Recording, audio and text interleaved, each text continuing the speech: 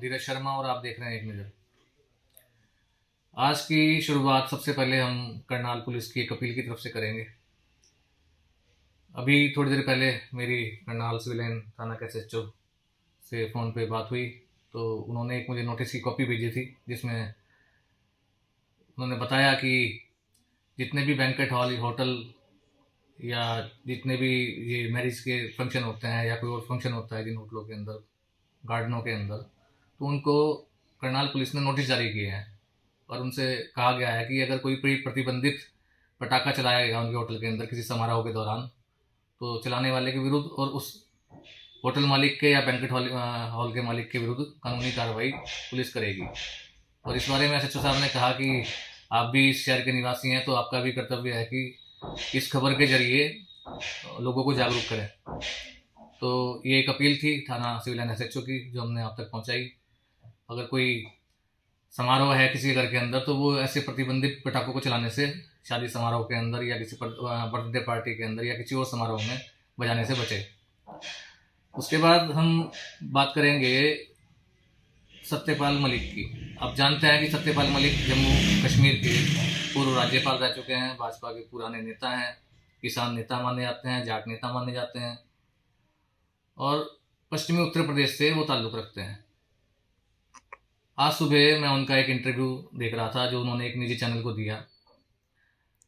जिसमें पूर्व राज्यपाल जो बड़ी खतरनाक बातें करते दिखाई दे रहे हैं, जो समाज को तोड़ने वाली है,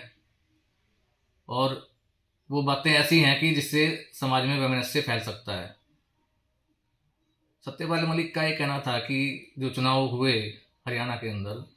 इसमें भारतीय जनता पार्टी ने और ख़ास तौर पे आरएसएस ने जाट समाज को आइसोलेट करने का काम किया। 35 वर्ष से एक का नारा दिया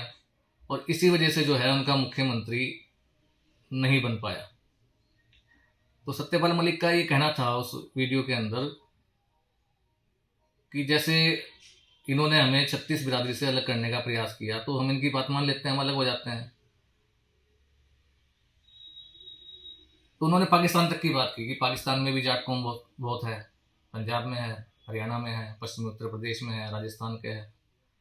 तो इन सब को इकट्ठा करके हमें जो है सिख समाज की ओर बढ़ना चाहिए, और हम इसके लिए छोटी छोटी पंचायतें भी कर रहे हैं, तो जिसके अंदर मुसलमान, जाट और सिख होके जो मोर्चाबंदी करेंगे भारतीय जनता पार्टी सरकार के खिलाफ, और इनको सबक सिखाएंगे। कांग्रेस पार्टी जो चुनाव हार गई है, भूपेंद्र सिंह हुड्डा उनके सबसे बड़े नेता थे, चुनाव हारने के बाद उन्होंने एक बार भी कोई ऐसी बात अपने मुंह से नहीं निकाली, ना उन्होंने कोई जाट की बात की, ना गैर जाट की बात की। हाँ, उन्होंने ईवीएम के ऊपर सवाल उठाए, और इसमें भी कोई शक नहीं है कि भारतीय जनता पार्टी ने ये काम किया। उन्होंने ये नारा दिया, स्टेजों से नारे बोले गए, उनके नेताओं को बोलते देखा गया, उन्होंने 35 वर्ष से एक किया। तो जो गलती उन्होंने की, क्या उसके बाद में आप ये कह सकते हैं कि जाट समाज ने भारतीय जनता पार्टी को वोट नहीं दिया? एक आंकड़ा है कि 25% जाट समाज ने भारतीय जनता पार्टी को वोट दिया। 6 विधायक जो जाट समुदाय से हैं भारतीय जनता पार्टी के टिकट पे चुन के आए हैं, 12 आए हैं कांग्रेस पार्टी के, 2 इनेलो से और 2 निर्दलीय, यानी कि 22 विधायक आज की डेट में हरियाणा विधानसभा में जाट समाज से हैं। और हो सकता है कि किसी वर्ग ने किसी को ज़्यादा वोट दिया हो, किसी ने कम दिया हो, लेकिन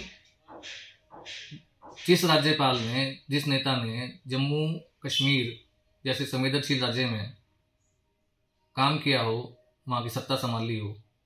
और सबसे बड़ी गर्व की बात यह है कि जो धारा 370 थी वो उनकी कलम से समाप्त हुई थी। तो जब उनको मैंने ऐसा समाज को बांटने वाला बयान देते हुए देखा तो बड़ा दुख हुआ। सत्यपाल मलिक को ये समझना चाहिए कि ये जो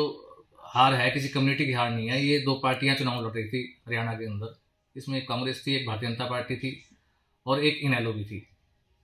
हाँ, नारे ने कहीं ना कहीं असर किया होगा,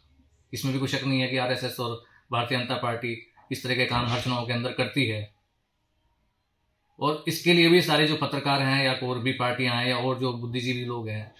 वो इसके विरुद्ध आवाज़ उठाते रहे हैं। तो भारतीय जनता पार्टी ने अगर गलती की है तो राहुल गांधी जी जो आजकल सत्यपाल मलिक जी के नेता हैं, वो तो मोहब्बत की दुकान खोलते हैं, वो तो समाज को एक करने के लिए निकले हुए हैं। उन्होंने भारत जोड़ो यात्रा निकाल ली,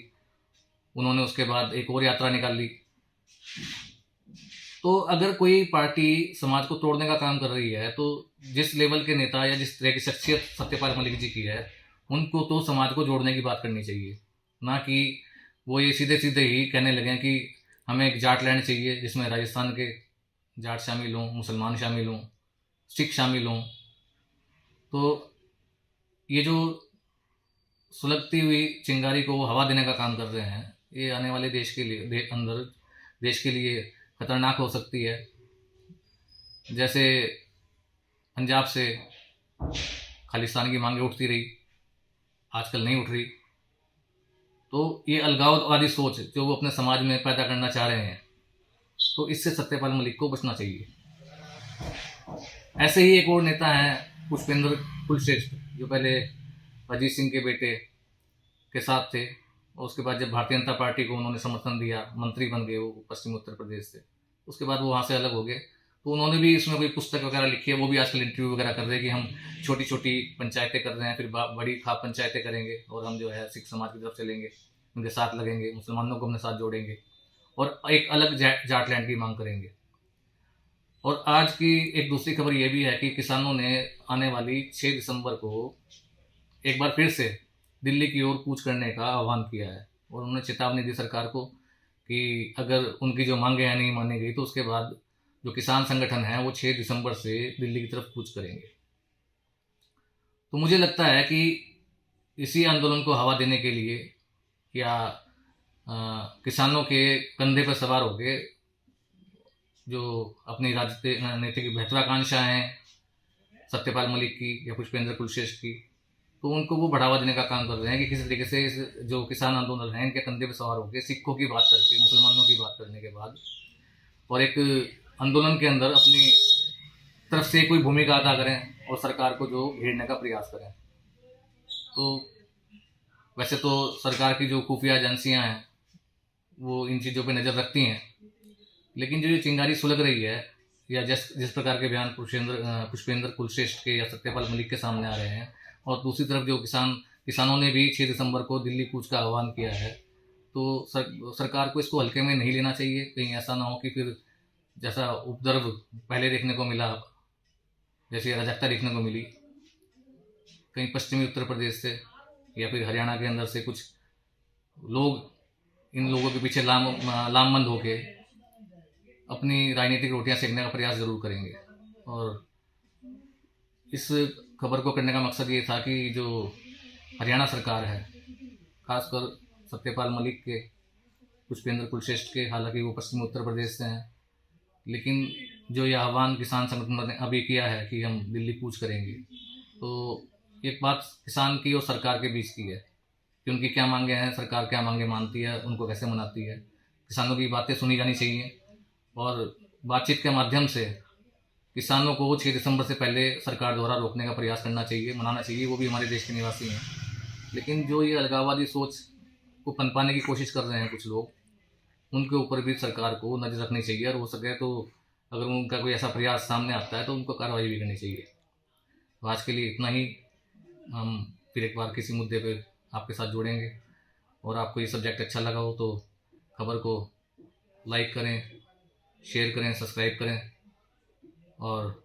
आज के लिए इतना ही। धन्यवाद। जय।